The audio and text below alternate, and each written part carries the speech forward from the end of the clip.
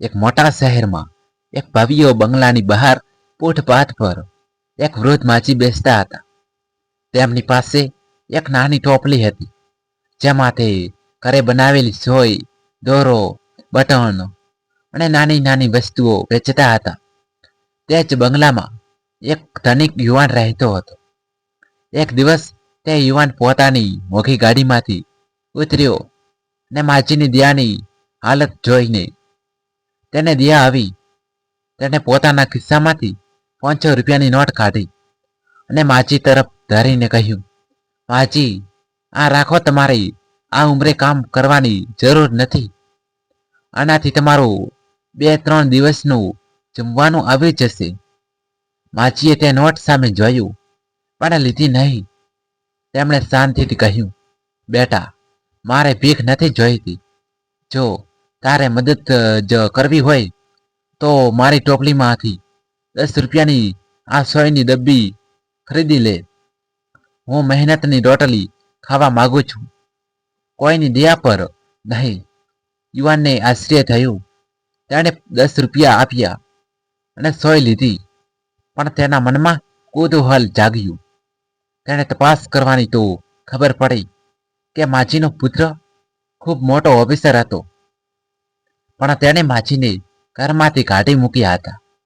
છતાં માજીએ ક્યારેય કોઈની સામે હાથ નહોતો ફેલાવ્યો.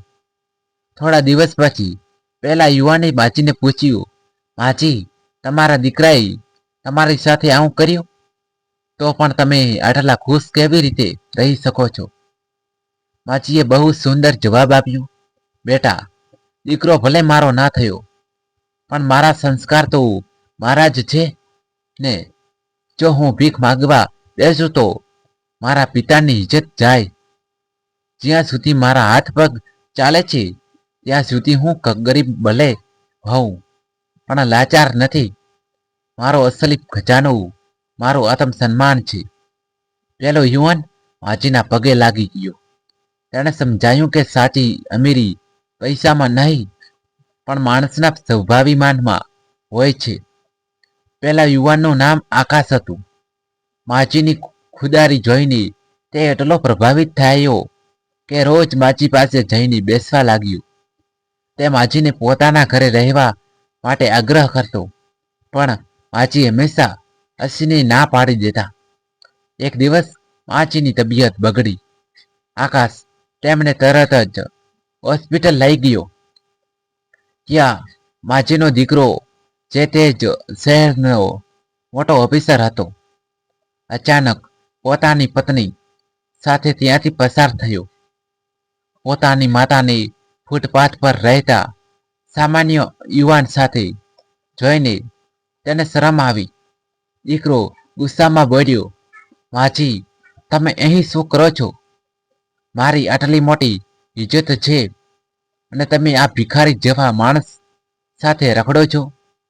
લોકો શું કહે છે કે મારો દીકરો ઓફિસર છે અને માં રોડ પર બેસે છે?